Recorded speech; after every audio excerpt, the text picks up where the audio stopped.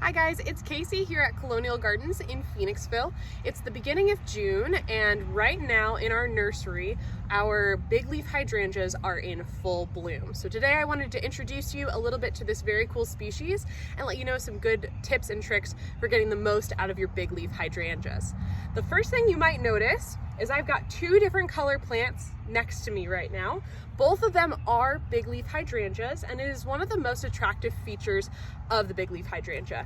These ones have what we call a mop head bloom formation. So you can see it's like a big puff ball, also known as like a snowball. Huge amount of little blooms in here that give you a really long time for blooming in color. The different colors of hydrangeas for big leaf hydrangeas have to do with soil acidity. So if you grow your hydrangea in alkaline soils, you can expect more of a pink color. Somewhere in the middle would be a purple, and then a more acidic soil is going to produce a blue color bloom. This is due to the amount of aluminum that the plant is able to take up from the soil. The more acidic the soil, typically the more aluminum is accessible to the roots, and that's how you get to change the blooms. There are some different additives. You can put lime in your soil to make it more alkaline and get more pink blooms, or there's some sulfurs and other soil acidifiers that can help you get more blue blooms. This is not something that you can expect to happen overnight. It's something that you would have to apply more than once to your soil and expect that change to happen over time.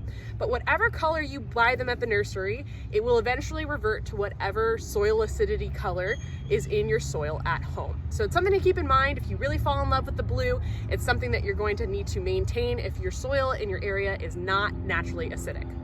Now, this is a type of hydrangea that blooms on old wood. So that means after they're done their blooming period, that is the time that you want to prune them, if you want to prune them at all. You don't want to wait until after winter, because at that point, the buds for the new flowers for the next season have already set. And if you prune them after winter, they are going to not be able to produce blooms for the next year. So if you are having trouble with your big leaf hydrangeas blooming, it may have to do with the time that you've pruned them. Sometimes after winter, you might see some winter damage, and it is okay to prune out any foliage or broken branches you might find. You just need to know that that's going to impact the amount of blooms you have for that particular season. One of the things people struggle with big leaf hydrangeas is drying out. So these are plants that do not like to dry out, and they don't like full sun. This is a part shade sort of plant. Really, the ideal growing conditions for the big leaf hydrangea is to put them in morning sun, where they're going to have enough of that sunlight to be able to produce a lot of blooms, and then afternoon shade, where they're protected from the big heat of the summer. If you live further up north, we're in southeastern Pennsylvania, zone 7, so that's perfect growing conditions for them. If you live more north, you might be able to get away with more sunshine, but it's something to keep in mind. If you put them in deep shade, you might have a living plant with less blooms. If you put them in full sun, you're more likely to kill your plant.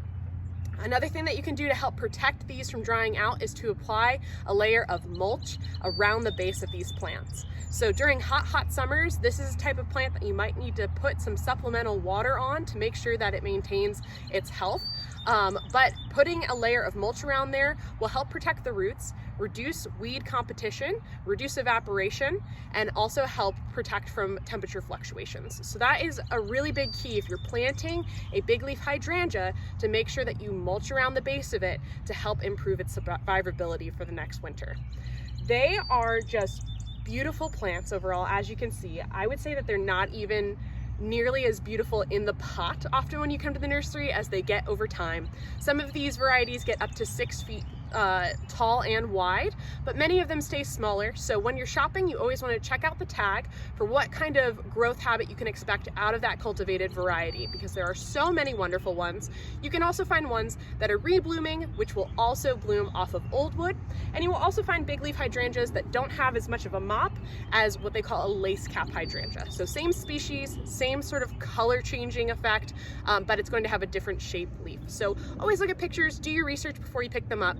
If you buy them here at Colonial Gardens, we offer a 1-year guarantee. So if something happens to it within the first year, you haven't had luck before, but you're going to give it a try in an appropriate location, they're guaranteed for a year here for store credit. So if you want to buy a big leaf hydrangea, Pat, I don't know if you want to like pan a little bit and show off all of the beautiful blooms right now that we've got going on here in our shade structure at Colonial Gardens. We're happy to help you pick the right spot for that hydrangea.